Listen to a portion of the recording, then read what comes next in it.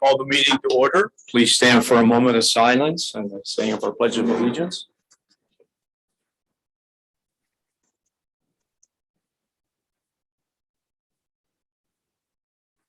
Pledge allegiance to the flag of the United States of America and to the republic for which it stands, one nation, under God, indivisible, with liberty and justice for all. We have a roll call with members. Mr. Johnston. Mr. Francis. Mrs. Irwin Adams. Dr. Malloy. Here. Mr. Hoff. Here. Mrs. Mc. Here. Mr. Mignon. Here. Mr. Greenwood. Here. Mr. Cook. Here. Here. Thank you. All present. Okay. At this time, we'll hear from citizens. Anybody addressing the board? I don't see anybody here, but is there anybody online scheduled to address us? No? Okay. Okay, we have one item on the agenda, and that has to deal with our health and safety plan. And the administration recommends the approval of the following changes that we all were sent a copy. There were two items in which it was recommended that we maintain the wording in the present plan, and one had a revision. So is there a motion on this recommendation? So moved. Is there a second? I'll second. Okay, so we had a motion and a second. Now we'll have discussion. And perhaps we should ask Dr. Priatel to review it. I'm just going to walk through this real fast. If you go to the last page, the flow chart explains 99.99% of it. Simply put, if a child is contact traced and found to be in close contact with someone who was sick, as long as they are asymptomatic, the parents can choose to send them to school with a mask for first 5 days, and then the second 5 days, a total of 10 days with a mask. If they become symptomatic at any time in that 5 days, parents should keep them home and do what they need to do with a doctor, etc. That end of it. But the idea simply is, as long as they are asymptomatic, they can attend school, they can participate in all aspects. They just need to mask when appropriate. The only other piece we have where we are requiring a quarantine would be when someone in the household has COVID and you cannot isolate that person. The majority of our cases, particularly in the elementary school, have been little brother or older brother gets it. The kids are quarantined, obviously, but they get it because they can't isolate. So that's how you end up with, okay, you end up with a family, basically the whole household ends up getting it. That's that's the only time we put a quarantine in place. If someone would be asymptomatic, would be if they had a close family member who they could not isolate. You know, we've had parents get it, and you know they isolate dad in the basement, or they isolate a family member in the bedroom, that kind of thing, and they basically can separate. They can separate and isolate. The child can come to school as long as they're asymptomatic and they just wear a mask. That's it in a nutshell. Am I missing anything, Brad? Just on the actual plan that you'll be voting on, anything that has been changed or updated is highlighted in yellow. Obviously, on page 4, you have the date of review and the date of revision if it is voted for.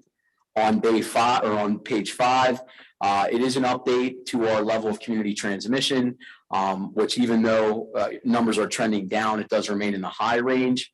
And we did add that even though masking is 100% optional at this time, it is still a federal requirement on district transportation that all students and participants mask while on transportation. That would be for school-related activities and or extracurricular activities. The only other piece that changes is the addition of the language that is summarized in the response protocol document that Dr. Priatel reviewed. This just basically gives the more specific version of what is highlighted in that flow chart. As Dr. Priatel mentioned, for students that are currently or that have COVID, under column 1 on that flow chart, there is no change. That is the same protocol that we've had in place since the most recent update. In the middle would be really the biggest significant change, is that when a student is identified or an adult as being in close contact, they can still attend school. They are not contact traced and required to quarantine for that 5-day period. We are just asking that they wear a mask for the first 5 days, and then if they are not symptomatic for the remaining 5 of the 10, but if they would become symptomatic, to use common sense, to isolate, test if necessary, and follow the isolation protocols for anyone that is testing positive or having symptoms. And that follows through then with those that are in contact with someone that they live with. We would hope that people, use common sense, that if they are and are capable of isolating the positive case while at home, that they do so, which would then prevent that student from having to quarantine. Did our school nurses have input into this? Absolutely. We consulted with Mrs. Weidlich earlier in the week. She is our department head for nursing, and she actually created the third document that was sent out to the board with, what we currently are doing, what is a change, what isn't a change. And then she's actually being very forward thinking. She's already looked at the next evolution of that as we get further and further away from the pandemic, and what the next step is as we get into March, whenever the board would decide to revisit to further, take away some of the restrictions. Okay. Any discussion or questions? I have a question. I noticed that our policy varies a little bit from Hollidaysburg in that we're just having them keep, even though they're not sick or they're asymptomatic, they're keeping a mask on for days 6 through 10. And I'm not going to argue that point, although I just think it's window dressing. Could we consider testing out of that? They could test out. There's no reason they can't test out of that. Okay. So choose. Okay. If they want to. They want to test out of it. It's a minimum requirement as a precaution. And obviously, we'll probably be revisiting this in March because we have another iteration for March that we can always, at that time, back it down even further. Okay. Thank you. Any other questions or discussion, comments? Hearing none, let's take a roll call vote. Dr. Malloy, Yes. Mr. Francis, Mr. Hoff, Yes. Mr. Greenwood, Yes. Mrs. Irwin Adams, Mr. Johnston, Yes. Mr. Mignon, Yes. Mrs. McGinnis, Yes. Mr. Cook. Yes. Passes unanimously. Okay, so unanimous vote on that. That is the only item that we have on tonight's agenda.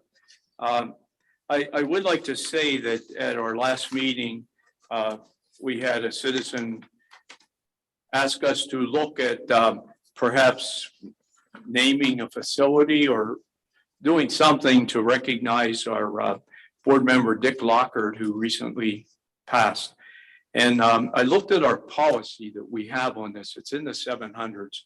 It basically requires a committee, which includes the superintendent, the assistant superintendents, the board members who are members of the facilities committee, and the executive director of the foundation, which I assume follows you, to to look at this and consider and then bring back a recommendation to the board.